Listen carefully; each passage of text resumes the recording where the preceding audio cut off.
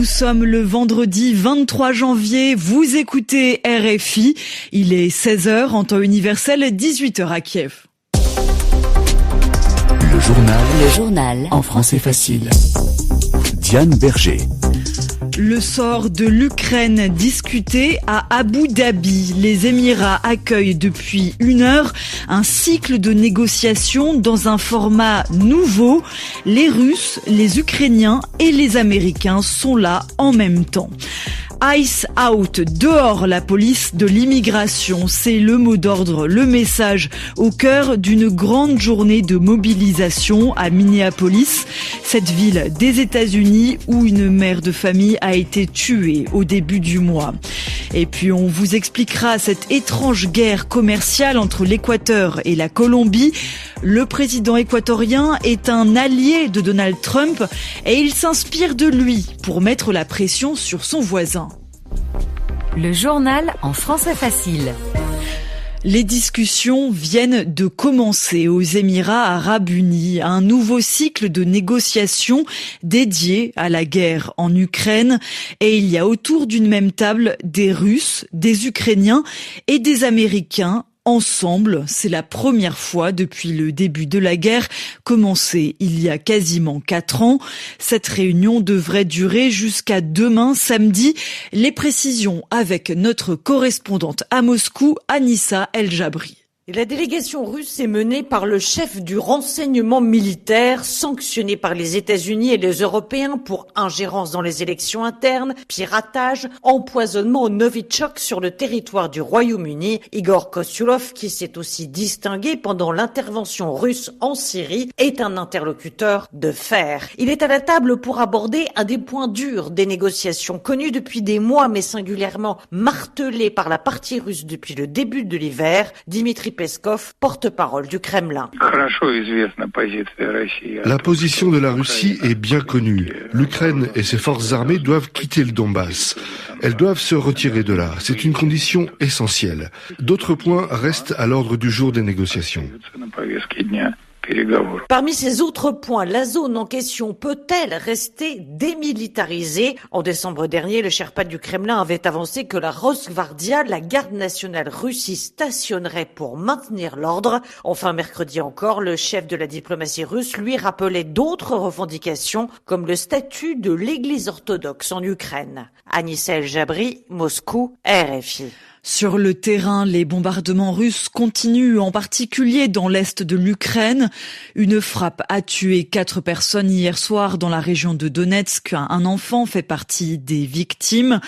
Une autre attaque a causé la mort de 3 civils ce vendredi. Les centrales de production d'électricité sont aussi très souvent frappées. Alors l'Union européenne envoie en urgence des générateurs en Ukraine. 447 appareils pour produire de l'électricité. Ils serviront notamment dans des hôpitaux et dans des abris. L'Union européenne préoccupée aussi par la situation en Syrie. Des djihadistes du groupe État islamique détenus dans des camps sur le sol syrien pourraient s'être évadés. Ils auraient profité du chaos, des perturbations lors des combats ces derniers jours entre l'armée officielle syrienne et les forces kurdes. L'ONU parle d'une situation volatile, c'est-à-dire instable, changeante, au camp d'Al-Hol, le plus grand de ces camps de djihadistes. Par sécurité, l'armée américaine a transféré 150 détenus djihadistes vers l'Irak. Il y a parmi eux des Européens et l'Irak répond aujourd'hui que les pays d'Europe doivent les rapatrier, les récupérer et les mettre dans des prisons européennes. Le haut-commissaire de l'ONU aux droits de l'homme demande la fin de la répression brutale en Iran. Internet commence à remarcher dans le pays après 2 semaines de coupure et le reste du monde découvre donc l'ampleur, l'intensité de la violence utilisée contre les manifestants opposés au régime. L'ONG Iran Human Rights, installée en Norvège, a pu vérifier la mort de 3428 personnes. Mais l'organisation ajoute que ce ne sont que les cas confirmés avec précision. D'autres cas sont en train d'être analysés. Le bilan réel pourrait donc être bien plus élevé. L'ONG donne une estimation de plus de 25 000 morts. Le journal en français facile. Vous écoutez toujours RFI, il est maintenant 10h05 à Minneapolis, la ville du nord des États-Unis, devenue le cœur de la contestation contre l'ICE, la police de l'immigration. Les habitants rendent aujourd'hui hommage à Renée Good, cette jeune femme de 37 ans, mère de famille, tuée dans sa voiture par un agent de l'ICE il y a 2 semaines. Marine de la Moissonnière, plusieurs choses sont prévues aujourd'hui pour honorer sa mémoire et dire non à la politique de Donald Trump. Une manifestation aura lieu dans le centre-ville en mémoire de Renée Good, mais aussi en solidarité avec les migrants et tous ceux qui ont été victimes d'ICE, la police de l'immigration. Selon le ministère de la Sécurité intérieure, 3000 personnes, dont des enfants, y compris un petit garçon de 5 ans, ont été arrêtés dans l'État du Minnesota depuis 1 mois et demi. Alors aujourd'hui, des écoles, des magasins, des entreprises, des restaurants, des musées même vont fermer leurs portes au moins quelques heures. Des centaines de chefs d'entreprise ont adressé une lettre au Congrès hier pour soutenir cette journée ville morte, une pause non violente afin de réfléchir et de défendre nos droits constitutionnels, écrivent-ils. Les méthodes d'ICE suscitent l'indignation à Minneapolis, mais aussi ailleurs aux États-Unis. Selon un sondage réalisé par économiste YouGov, la proportion de personnes interrogées favorables à la suppression d'ICE dépasse pour la première fois le pourcentage de celles qui s'y opposent. Les Américains ne sont pas les seuls à critiquer cette police de l'immigration.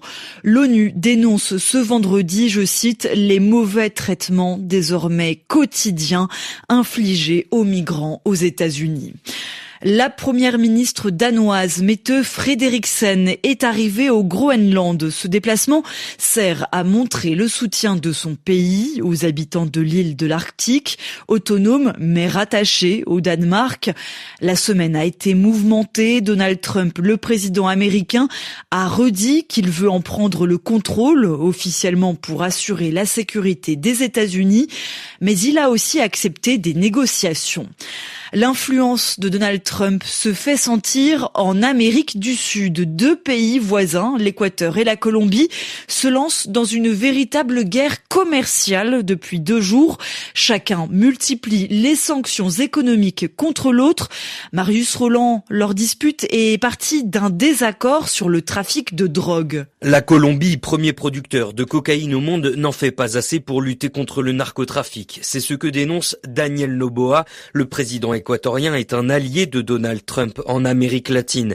Mercredi, dans un post sur X, il n'a pas hésité à emprunter ses méthodes, mettre la pression pour obtenir des résultats. À partir du 1er février, 30% de droits de douane seront appliqués sur les biens en provenance de Colombie. Bogota riposte en quelques heures. Au moins une vingtaine de produits équatoriens seront autant taxés et va plus loin encore. Les ventes d'électricité aux pays voisins sont suspendues jusqu'à nouvel ordre, alors que 10% de la consommation équatorienne dépend de la Colombie. Quito réplique et instaure des tarifs punitifs, cette fois sur le pétrole colombien dont une partie circule par un oléoduc équatorien. Derrière cette escalade inédite en 24 heures, un conflit de longue date autour de la frontière qui sépare les 2 territoires. Une passoire encore trop facile à traverser pour les narcotrafiquants, très peu contrôlée du côté colombien. Marius Roland, grande vague d'arrestations au Kosovo. Plus de 100 personnes ont été interpellées dans ce petit pays des Balkans. Elles sont soupçonnées d'avoir falsifié les résultats des dernières législatives, de les avoir modifiés. Les bulletins vont être recomptés. Les élections qui ont eu lieu le 28 décembre dernier ont été remportées officiellement par le parti du Premier ministre sortant. Et puis en France, le Premier ministre survit à 2 motions de censure. Les textes déposés par la gauche hors PS et le Rassemblement national n'ont pas obtenu obtenu assez de votes. Sébastien Lecornu reste donc au pouvoir ce vendredi après avoir utilisé l'article 49.3 de la Constitution. Il est maintenant quasiment 16h10 en temps universel. C'est la fin de ce journal en français facile. Et lundi, vous avez rendez-vous avec Adrien Delgrange pour le journal en français facile.